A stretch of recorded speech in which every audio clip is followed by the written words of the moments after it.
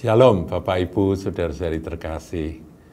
Kali ini di dalam Suara Gembala kita akan mengulang tentang satu hal yang mengancam kehidupan anak-anak Tuhan, satu virus yang sangat berbahaya, yaitu kepahitan, bitterness atau kepahitan.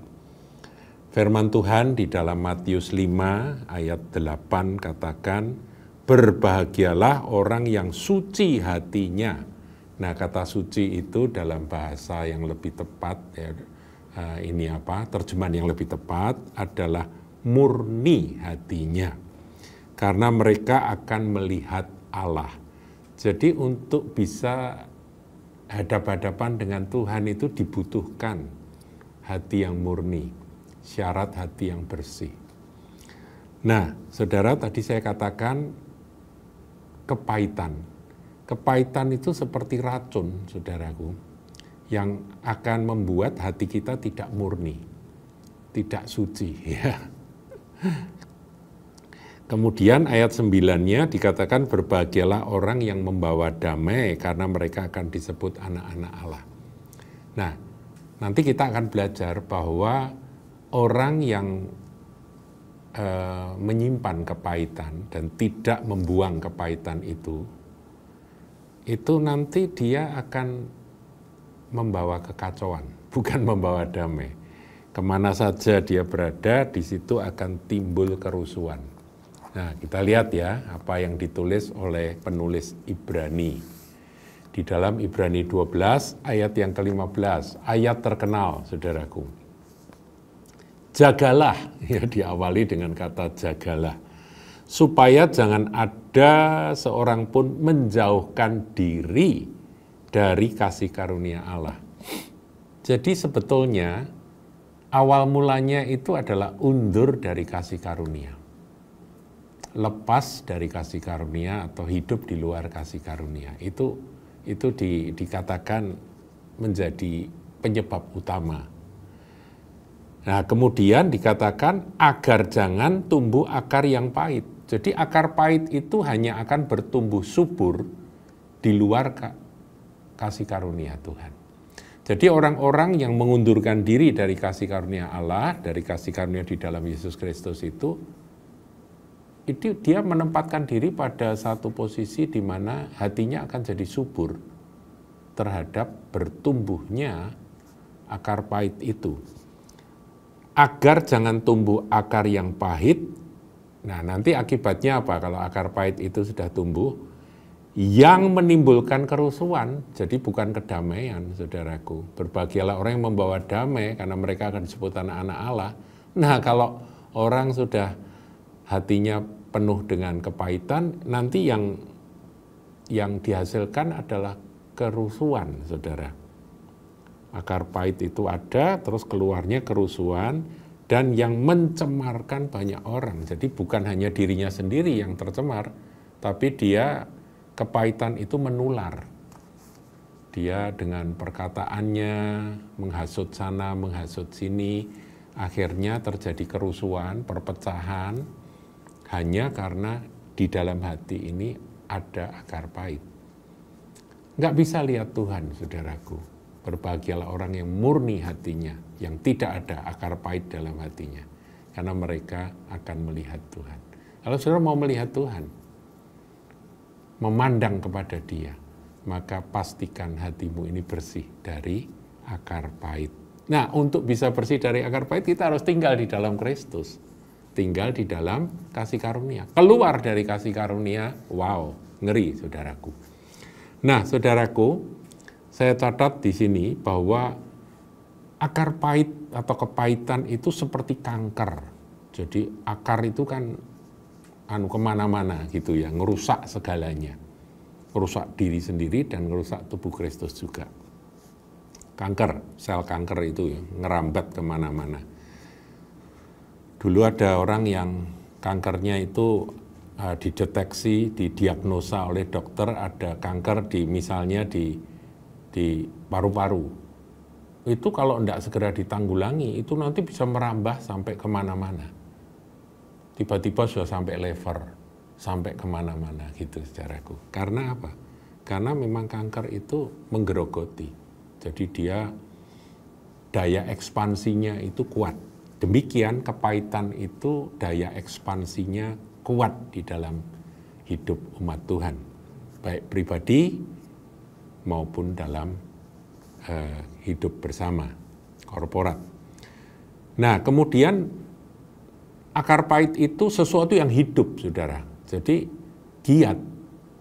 Dia tidak pasif, tapi dia giat. Kemudian tumbuh dan menjalar, seperti kanker tadi. Nah, sekarang bagaimana kita menitik atau mendeteksi ada tidaknya akar pahit? Di dalam 2 Timotius 2 ayat yang ke-17. Nah, kita lihat saudaraku ya. 2 Timotius 2 ayat yang ke-17. Dikatakan demikian, perkataan mereka menjalar seperti kanker. Ada ya kata kanker dalam Alkitab, saudaraku ya. Di antara mereka termasuk Himeneus dan Filetus. Jadi ada 2 orang, Himeneus dan Filetus ini, perkataannya itu seperti penyakit kanker. Nah, ini berarti Himeneus dan Filetus ini menyimpan kepahitan, saudaraku. Dalam hatinya ada kepahitan dan tidak pernah diselesaikan, nggak pernah dicabut. Akibatnya ya ngomong apa saja itu membawa akan virus tersebut menulari, mencemari banyak orang dan menimbulkan kerusuhan. Nah, saudaraku, sekarang kita akan coba belajar penyebabnya apa sih. Nah, kita harus pahami dan kita berhati-hati untuk berusaha menghindar dari apa yang menjadi penyebab dari kepahitan itu. 1, yaitu sakit hati dan kecewa. Siapa yang nggak pernah sakit hati? Pasti semua pernah, saudaraku ya. Kalau kita melakukan dengan sungguh-sungguh sesuatu dengan motivasi yang murni, kemudian dicela, dikata-katain bahwa kita, dituduh bahwa kita ini punya motif yang lain, itu pasti kita sakit, saudara. Sakitnya tuh di sini gitu ya. Sakit hati itu pasti. Tapi jangan dibiarkan sakit hati itu tinggal tetap di dalam hati kita. Kita tahu itu serangan setan. Yang ngomong itu adalah alat iblis. Jadi kita harus segera menyelesaikannya. Sebab kalau sakit hati itu kita biarkan, kita jadi kecewa. Kecewa dengan perkataan, dengan anggapan yang salah tentang motivasi yang murni yang ada dalam diri kita. Itu membuat kita kecewa, saudara. Satu hari saya ikut sebuah retreat waktu masih muda-mudi, saudaraku. Dan saya begitu terbeban supaya Tuhan melawat akan anak-anak muda, teman-teman saya yang ikut retreat, dan saya ambil bagian dalam doa. Saya doa sungguh-sungguh. Wah, semangatnya berlebihan, teriak-teriak, saudara, dalam doa itu. Tuhan, lawat kami gitu ya. Ini dalam satu tim doa. Nah, rupa-rupanya itu kedengaran. Kami di kamar atas gitu, ya agak jauh dari tempat acara. Kami memang menyendiri, kami nggak ikut acaranya, tapi kami berdoa sungguh-sungguh minta supaya Tuhan melawat akan acara retreat tersebut. Kami sebagai tim doa. Wah, teriakan saya juga kenceng, saudara, karena sepenuh hati ya. Saya nggak taunya itu ada satu orang yang jalan, peserta, saudaraku, jalan, mungkin mau kencing atau mau apa, dia dengar kami teriak-teriak. Memang seru teriakannya ya, karismatik kok, saudaraku ya.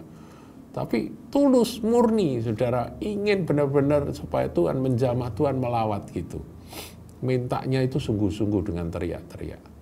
Nah, saya sudah selesai, pas makan, ketemu dengan orang tersebut. Saya nggak tahu bahwa dia lewat di bawah pada waktu kami doa. Kemudian dia ngomong dengan entengnya, itu yang berdoa tadi itu emosi dan nggak bener itu doanya. Dikatakan begitu saudaraku, itu doanya itu nggak bener, itu bahkan seperti orang kesurupan dan sebagainya, itu dikatakan itu doa kesetanan tuh ya kayak gitu. Ini ngomong sama saya karena dia nggak tahu bahwa saya ikut doa gitu saudara. Waduh, sakitnya itu di sini saudara, sakit banget. Saya sakit hati, saya kecewa, tapi saya nggak ngomong sama orang yang cerita pendapatnya dia. Itu kan pendapat pribadi dia. Tadi aku lewat, aku dengar teriakan-teriakan orang doa, wah itu teriakan emosi dan itu kesurupan itu. Waduh, sakit banget. Saya tadi ingat Tuhan Yesus yang ngusir setan, dikatakan dia mengusir setan dengan kuasa Beelzebul. Itu waduh, kayak apa sakitnya Tuhan Yesus. Padahal dia ngusir setan karena dia mengasihi orang-orang yang terikat oleh kuasa jahat kan. Dengan kuasa Roh Kudus dia mengusir setan. Dikatain bahwa dia mengusir dengan kuasa Beelzebul. Itu waduh, sakit. Saya jadi, oh Tuhan, gini toh rasa sakitnya. Jadi disalah ngerti, dituduh, yang tulus murni dituduh nggak benar, itu memang sakit sekali. Nah, malamnya saya tidur, saudara. Tapi itu masih teringat, itu terngiang akan omongan dari orang tersebut. Dia ngomongnya enteng aja dan nggak peduli yang mendengar ini siapa, karena dia memang nggak tahu, jadi saya diam aja. Kemudian saya tidur, tengah malam saudaraku, saya dengar suara bahasa roh keras sekali di telinga, menggema, sampai saya terbangun. Saya bangun tapi saya masih dalam kondisi tutup mata. Suara bahasa roh itu kuat sekali, kenceng sekali sampai gema gitu ya. Nah, terus ada yang menafsirkan bahasa roh itu, kayak ada orang yang, saya pikir di kamar saya itu ada persekutuan doa, kemudian ada yang bahasa roh kenceng banget sehingga saya mikir sopo toki. Padahal saya tidurnya sendiri. Saya tidurnya sendirian itu. Tapi saya dalam pikiran saya, karena terbangun dari tidur itu, saya pikir ini di kamar ada orang lain. Nah, kemudian bahasa rohnya kenceng, diterjemahkan. Kata-katanya begini, saudara, saya masih ingat. Patahkan segala kekecewaan hatimu. Patahkan segala kekecewaan hatimu. Begitu. Saya bangun, siapa nih yang nubuat ini gitu ya, yang menafsir bahasa roh. Saya melek, kosong dan sunyi kamar itu, saudaraku. Saya tahu Roh Kudus sedang bicara. Jadi memang bahaya sekali, sakit hati, kecewa, kok diperlakukan seperti itu gitu ya, merasa tidak seperti itu aku. Kalau aku salah ditegur aku bisa terima, tapi ini aku nggak salah, aku murni. Tapi aku dikatain seperti itu, aduh sakit gitu.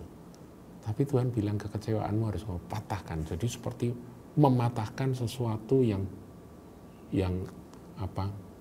memutuskan sesuatu yang mengikat kita, rantai yang mengikat kita begitu ya, tali atau rantai. Nah, itu saya alami saudaraku, dan saya benar-benar langsung berdoa dan ngomong, Tuhan, segala sakit hati aku patahkan, segala sakit hati aku cabut, segala kekecewaan aku cabut gitu ya. Nah, puji Tuhan saudaraku, enggak sampai jadi kepahitan. Ya, jadi enggak sampai itu jadi kepahitan, dan saya tetap berdoa dan saya tidak terpengaruh lagi dengan peristiwa yang terjadi. Itu yang pertama, sakit hati dan kecewa. Yang kedua, saudaraku, marah, dendam. Karena hak-haknya diambil oleh orang lain. Jadi dia merasa punya hak, tapi haknya itu dirampas atau diambil oleh orang lain. Wah, ini berat ini, saudara. Ya. Jadi diperlakukan tidak adil dalam keluarga, dalam masyarakat, itu bisa menjadi dendam. Marah, tapi nggak bisa berbuat apa-apa, dendam. Nah ini kalau disimpan, saudara, marah dan dendam karena diperlakukan dengan tidak seharusnya, ya, dia merasa punya hak, tapi haknya dirampas dengan kekerasan, dengan paksa, itu bisa berbahaya, saudaraku. Ada orang-orang yang bisa menjadi pembunuh, saudara, hanya karena dia merasa diperlakukan tidak adil. Atau bukan hanya diperlakukan tidak adil, tapi direndahkan, dianggap rendah. Saudaraku, pembunuhan-pembunuhan yang terjadi itu kalau ditelusur itu banyak motifnya itu hanya karena terhina. Aku kok direndahkan dan dihina. Padahal direndahkan, dihina itu ya sebetulnya merupakan bagian yang pernah dialami oleh Tuhan Yesus. Kalau kamu benar anak Allah, turunlah dari salib itu. Wah, itu kan direndahkan sekali.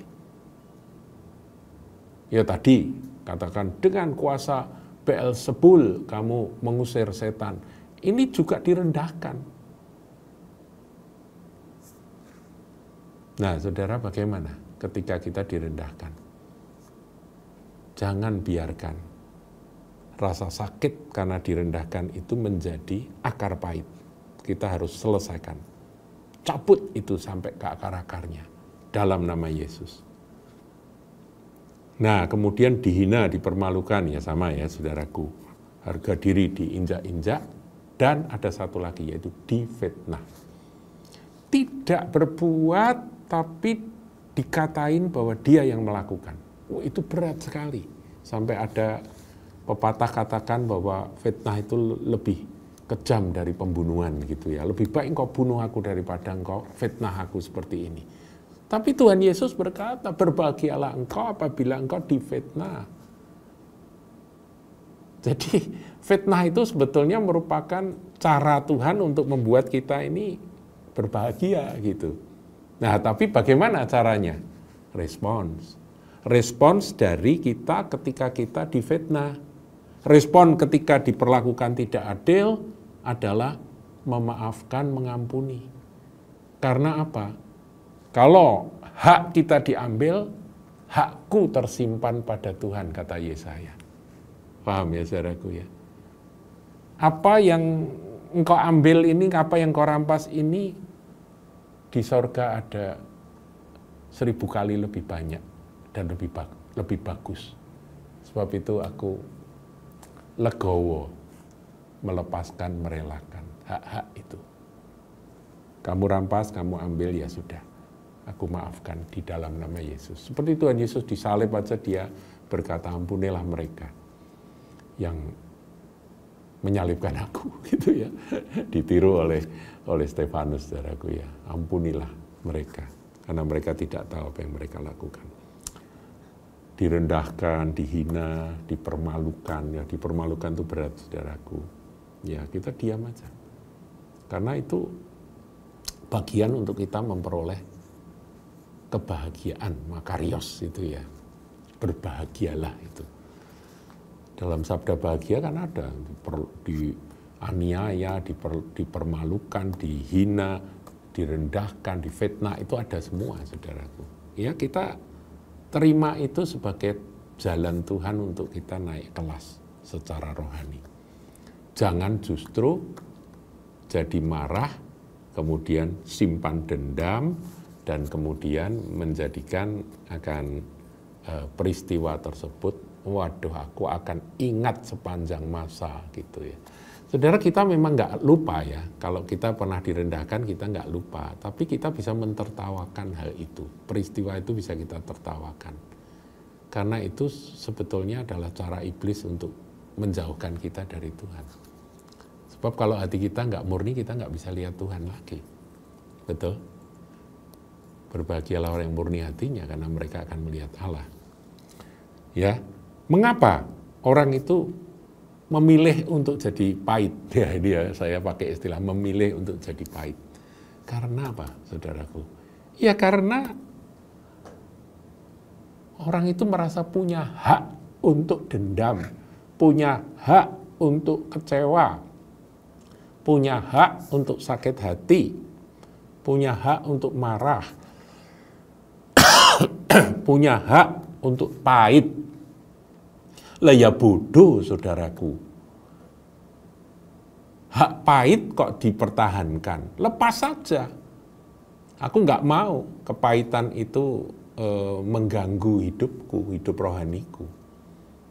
Buang, saudaraku. Dengan cara apa? Ampuni. Maafkan dan datang pada Tuhan, masuk hadirat-Nya, masuk dalam kasih karunia-Nya. Nanti semua akan larut, saudaraku, dan akan hilang. Ada kuasa kasih Kristus yang akan menghapus semua sakit hati, kecewa, marah, dendam, pahit. Semua akan luntur oleh kasih karunia di dalam Yesus Kristus Tuhan. Haleluya, Tuhan Yesus memberkati.